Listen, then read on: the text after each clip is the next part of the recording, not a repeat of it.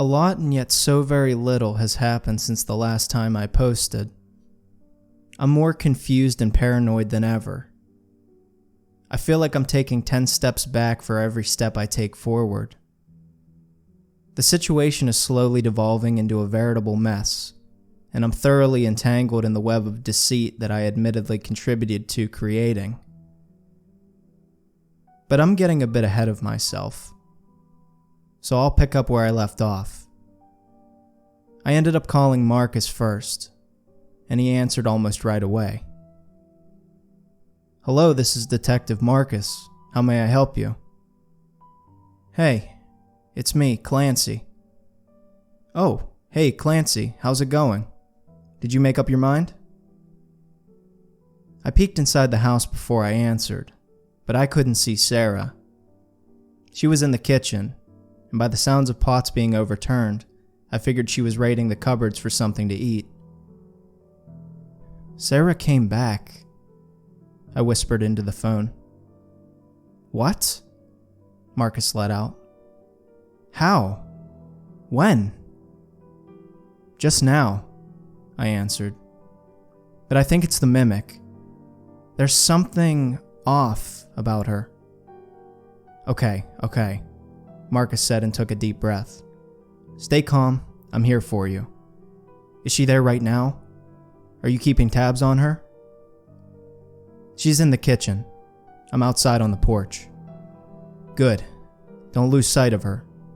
Does anyone else know that she's back? Did you call your parents?" "Not yet," I answered. "I panic called you for help."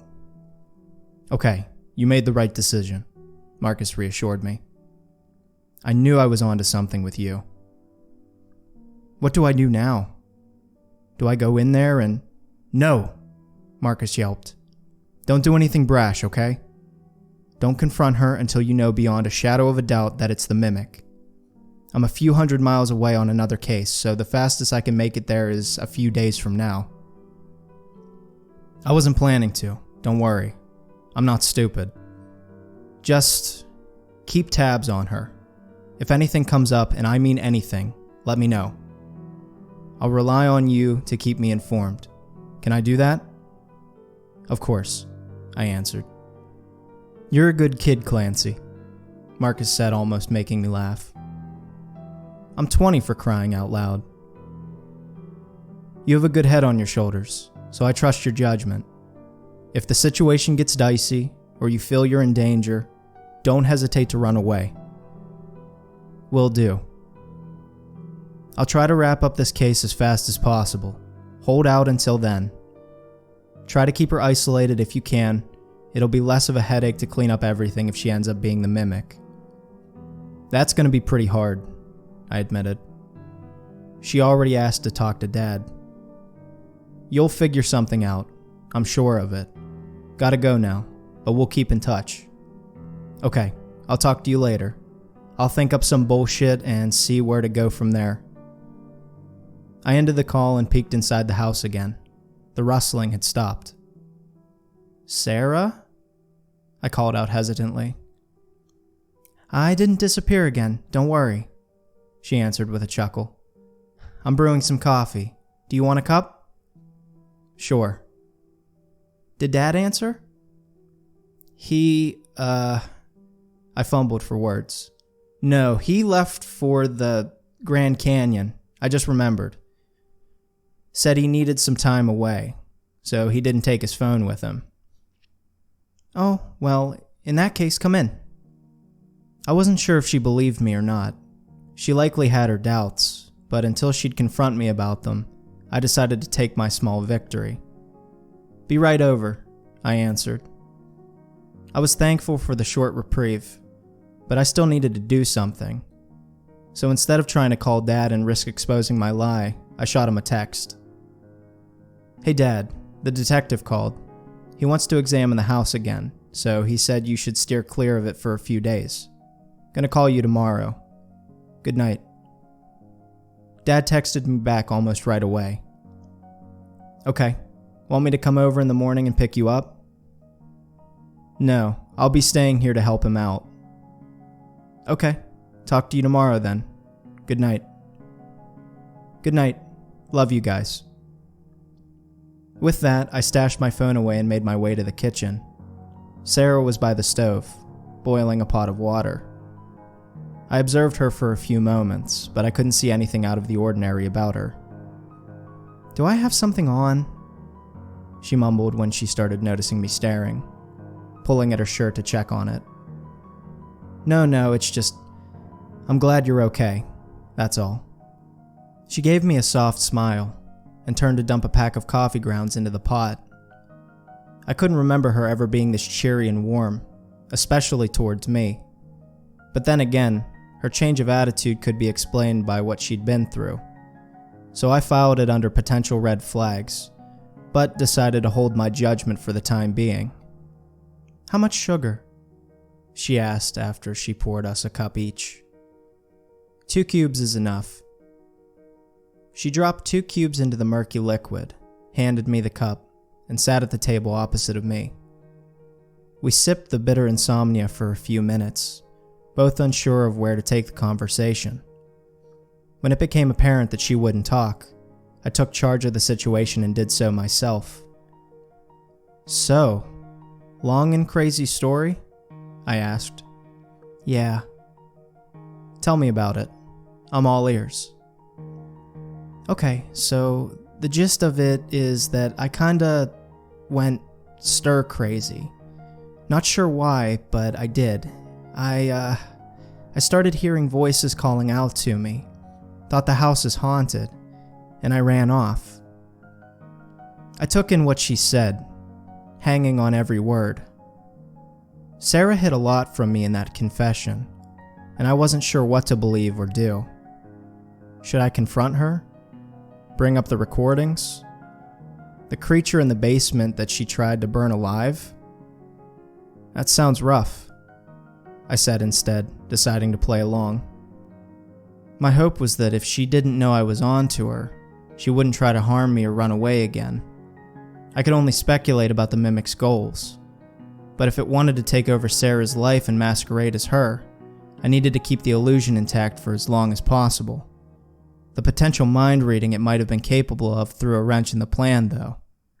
So the only thing I could do about it was to pray she wouldn't try it. Yeah, she agreed. The last few months were a little, well, complete shit, to be honest. But I'm doing better now. I'll start looking for a therapist soon. Sounds like a plan to me. We took a few more sips from our cups, but something seemed to bother her. She stared into her coffee intently, her brows furrowing as if she debated internally over something. You said that you buried me, that you thought I was dead. What's that all about? Did you declare me missing or something? Was it an empty casket? Another thing I needed to lie about, and possibly another attempt at deceit on her part. I made note of it as I thought of an answer, filing it away with the rest of the evidence that was building up. No, someone burned alive in your basement. Some neighbors called the firefighters. They put it out and we thought it was you. So the authorities declared you dead and we buried the body. Fuck me, she lamented. That's going to be hard to explain and overturn. Who burned, though? I prodded, trying to see if she'd confess to anything.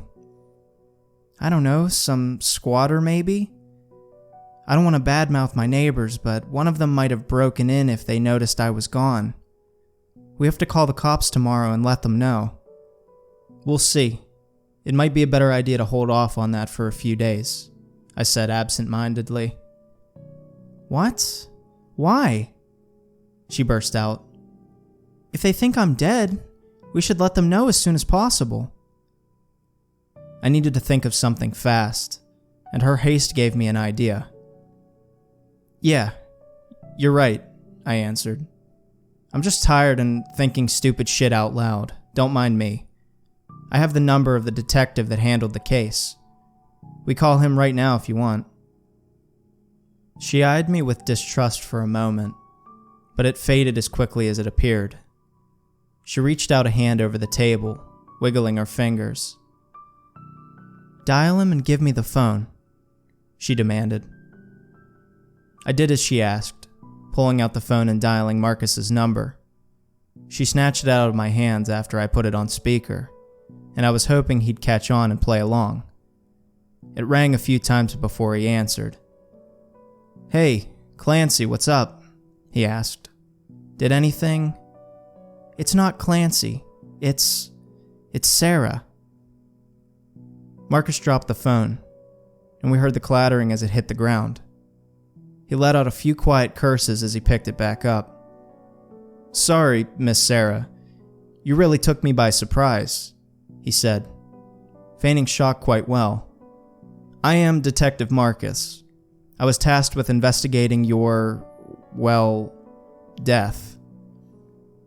"I know, Detective. Clancy told me about you.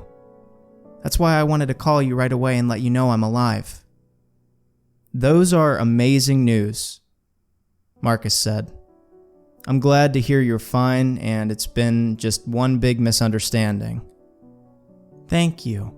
So how do I go about reverting the whole mess? Where do I need to go? Who do I need to call?" Sarah asked. "Well, Miss Sarah, it's a convoluted process made no simpler by the fact that a body was found in your house. I'm away on another case for a few days, but I suggest you wait until I return. Don't contact the authorities until we consult a lawyer. They might flip the case into manslaughter and pin you as a primary suspect." Sarah looked up from the phone and shot me a confused glare. Marcus had more or less told her the same thing I did. I wanted a sigh of relief at his quick thinking, but I abstained. She couldn't suspect that we were working together. "Okay. Thank you, Detective. I'll be waiting for your return," she said in a defeated tone. "No problem," Marcus replied. "Stay inside for a few days, don't travel, and try to put together a statement of what happened. We need as many details as possible to make your case." "Will do." Marcus bid us good night and ended the call.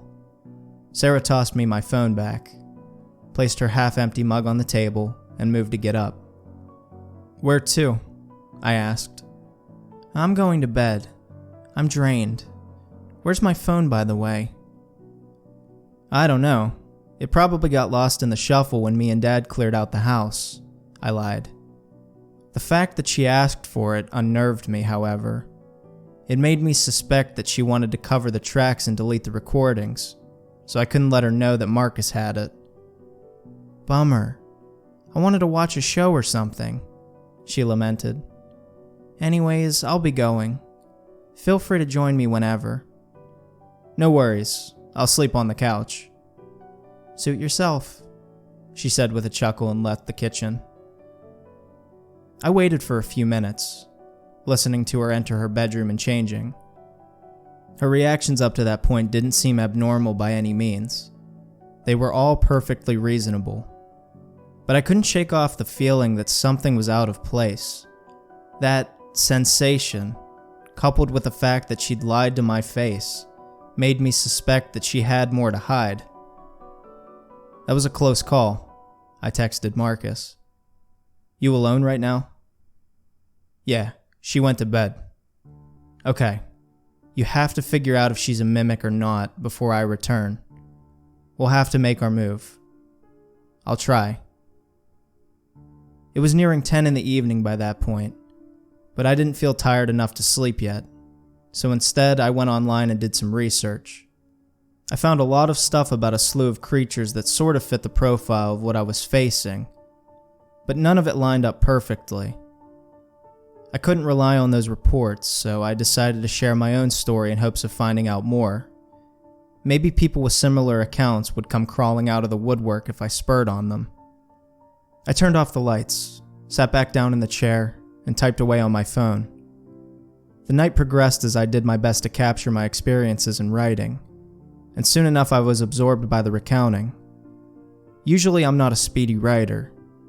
I take longer than average even on short texts, but my curiosity and need for answers fueled me like never before. I was almost done when I felt a hand coming down on my shoulder. "What are you writing there?" Sarah asked from behind. I fumbled with my phone, nearly dropping it. She gave me a good scare, and I could feel the adrenaline coursing through my veins as my pulse rose. Sarah squeezed my shoulder tighter as she laughed at my clumsiness, and I quickly backed out of the app. I faked a sigh, as if she caught me red-handed with something embarrassing. "I'm sexting with someone." "Wow," Sarah answered. "Keep it in your pants in my house, will you?" She went around the table and sat down, not bothering to turn on the lights. That left the room in almost complete darkness, with only faint rays casting in from the street lamps outside. I could make out the contour of her body, but any sort of detail was obscured. "What are you doing up so late? I thought you went to sleep." She picked up the coffee mug and took a loud sip. Her eyes had an almost surreal glow to them, and I felt them boring into me in a way completely different from before. There was malice behind them as she measured me up. "Nightmares," she answered, setting down the mug and rubbing her eyes. "Couldn't sleep anymore, so I got up. What about you?" "Couldn't sleep either." I tried to meet her gaze with my own, to confirm what I'd seen and felt, but she averted eye contact. That made my paranoia levels rise as my whole body tensed, but I tried to keep calm.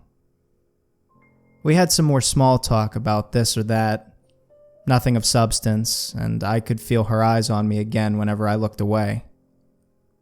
It drove me up the wall to feel that calculated coldness, like I was facing an ambush predator thirsty for my blood.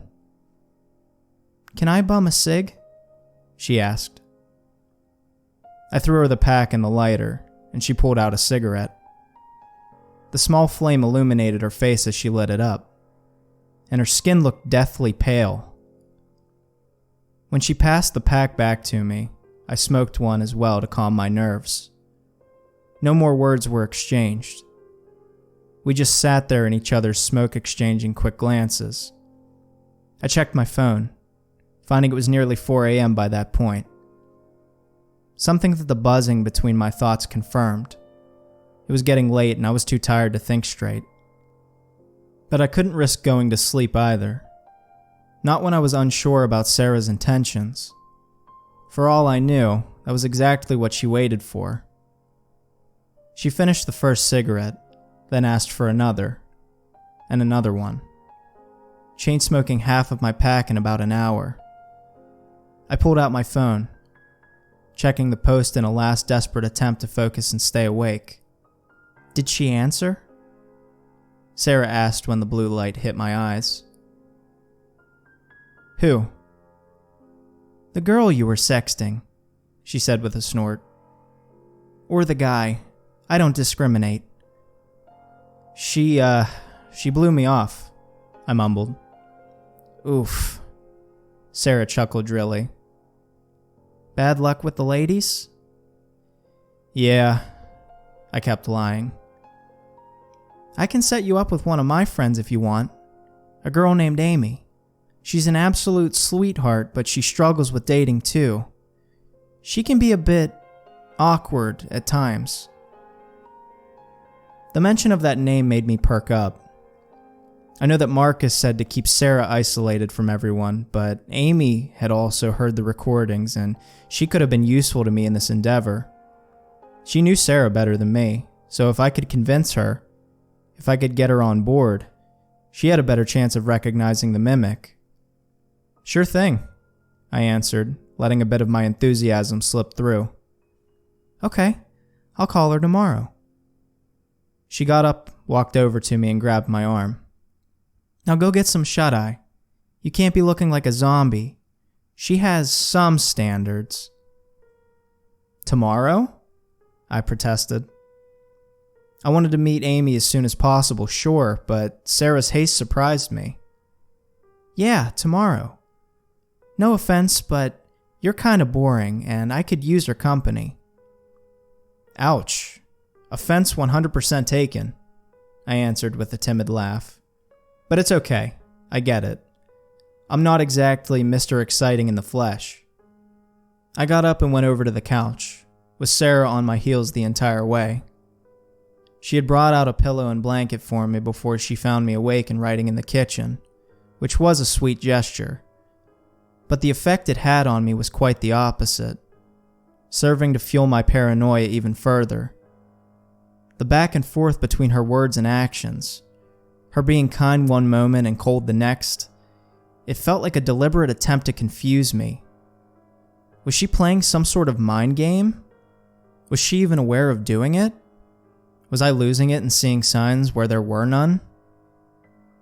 It's probably the last one, I decided as I unfurled the blanket and made myself comfortable on the couch. I'm tired and I'm not thinking straight. I'll try to get some more sleep too. Good night, Sarah said before she headed for her room. Good night. When her door closed, I pulled out my phone and set an unlock password just in case. Then I set it to record audio, and left it on the cracked table as I drifted off. Sleep came fast, and it was a deep, dreamless blip that seemed to go by instantly. I woke up only a few hours later, to the light of the morning sun reflecting off the table into my closed eyes. Sarah was already up and about, preparing breakfast in the kitchen judging by the sounds and smells reaching me. Morning, I mumbled as I entered. Up already? Sarah asked, turning away from a sizzling frying pan to face me. You barely got any sleep. I'm fine. Don't worry. I took a seat at the table, and she served me eggs and bacon. As I ate, she took my phone and called Amy to invite her over for lunch. Amy accepted right away, so they ended the call after a bit more small talk that I couldn't focus on. You didn't mention me, I jabbed as she handed me the phone back. I thought this was supposed to be a date. Sarah smirked. All in due time, she said. You can ask her out yourself if you two hit it off. And by the way, can you go out for groceries before she comes? You didn't exactly keep the fridge stocked, so we barely have anything. I grunted, but she wasn't wrong. Besides some beer and the eggs and bacon that we ate, the thing was barren, so I got ready to run an errand to the closest shop while she cleaned up. And hurry up, you'll have to take a shower too. I left the house post-haste, plugging in my earphones and starting the recording from last night. It was only my light snoring for the most part, so I put it on fast forward. Nothing in it jumped out to me, no skittering or talking, so I paused it when I reached the store. It's a small family-owned business, so besides the old lady manning the register and myself, there were a few other souls in sight. I got my stuff, had some small talk with her while I paid, and I was off again. By the time I made it back home, I was about halfway into the recording with nothing to show for it. Maybe I'm just losing my mind. A stray thought shot through my head. I mean, monster hunters and mimics and all that. I put the groceries away and I went to take that shower. The water was scalding, but I pushed my body under it and allowed it to melt my worries away. I'd solve the case and everything would be fine and dandy, no doubt about it. If Marcus trusted me, if he saw something in me, I couldn't sell myself short. Amy arrived sooner than I expected. Right as I was drying off and getting dressed, I came into the living room to find her and Sarah at the table. Amy, this is Clancy, my younger brother. Clancy, this is Amy, my best friend. Sarah did the introductions. Nice to meet you, Amy said, getting up to shake my hand. She was a few years my senior, but she was cute, I'll admit. Definitely out of my league, though. So I can't imagine how Sarah thought she'd date me. Same, I answered. I'll go make us some coffee and some snacks, Sarah said. Be right back. As she passed me, she elbowed me in the ribs and winked. I let out a chuckle and sat down opposite of Amy. So, she mumbled when Sarah was gone. Yeah. Sarah was right. We were like two fish out of water. Two very awkward fish that didn't know how to get a conversation going, which were bad news for me. After all, I couldn't steer a non-existent conversation into the desired direction, so I needed to do something about it. Dating be damned, I needed Amy's help first and foremost. Did Sarah tell you about what's been going on in her life lately? I asked, getting straight to the point. A bit blunt on my part, I know, but we had little time until she returned. Amy raised an eyebrow at my directness. She said she's having some mental problems. Yeah, Amy answered. But she showed you the recordings, right? At that, Amy frowned. Did she show them to you as well? No, a detective did, I answered. A detective? She asked, her words filled with confusion. Yeah, look, what I'm about to say will sound crazy, but listen until the end. We might need your help. Go ahead, Amy said and waved a hand through the air. Okay, so Sarah made those recordings because she heard a voice in the basement, right? Look, Amy interrupted me despite what I asked of her. That was Sarah. It wasn't some monster or ghost. She made those voices herself. But I caught her in the act, okay? Amy insisted, and the look in her eyes turned sharp. She came over to my place for help when she couldn't take it anymore, and I heard her myself. She sleepwalked and talked in different voices, having conversations back and forth with herself. It's not some monster. Your sister had a mental breakdown and made up the whole thing. We found a body in the basement, I retorted, which shook Amy. I could see as much by how her expression changed. Sarah didn't show you all the recordings. She made 17 in total. In the last one, she set fire to whatever was in the basement. She what? Amy whispered aggressively. Yeah, we found the body and we thought it was her, I continued. We buried it. She's legally dead and 6 feet under. The look in Amy's eyes turned into pure terror. She glared past me at the kitchen, where Sarah merrily went about preparing us lunch. She didn't tell me about that. What the hell? Did she kill someone? Not someone, I pressed on. Something. Me and the detective believe it was a monster, a mimic of sorts, and it might have taken Sarah's place. Stop with the bullshit already. It wasn't a monster, Amy insisted. Worst case scenario, your sister committed murder. The door was locked at all times. There's no other way in or out of the basement. Police officers checked it twice and didn't find anyone, and Sarah locked the door as soon as they were out. How the hell did someone get in there? You weren't there to see it, were you? Amy questioned. All you have to go by are the recordings, and Sarah is mentally unstable. Unless you saw it with your own eyes, how do you know that she latched the locks? That she didn't lie on the recording? Fuck me, I thought. That's a good point. Well, I mumbled. The wind in my sails good as gone. Coffee's done. What are you two mumbling about? Sarah asked from the kitchen. Nothing, Amy answered. Sounds like quite the intense nothing, Sarah quipped. Can you come over and give me a hand before you two jump on each other? Amy got up, but she stood next to me and placed a hand on my arm.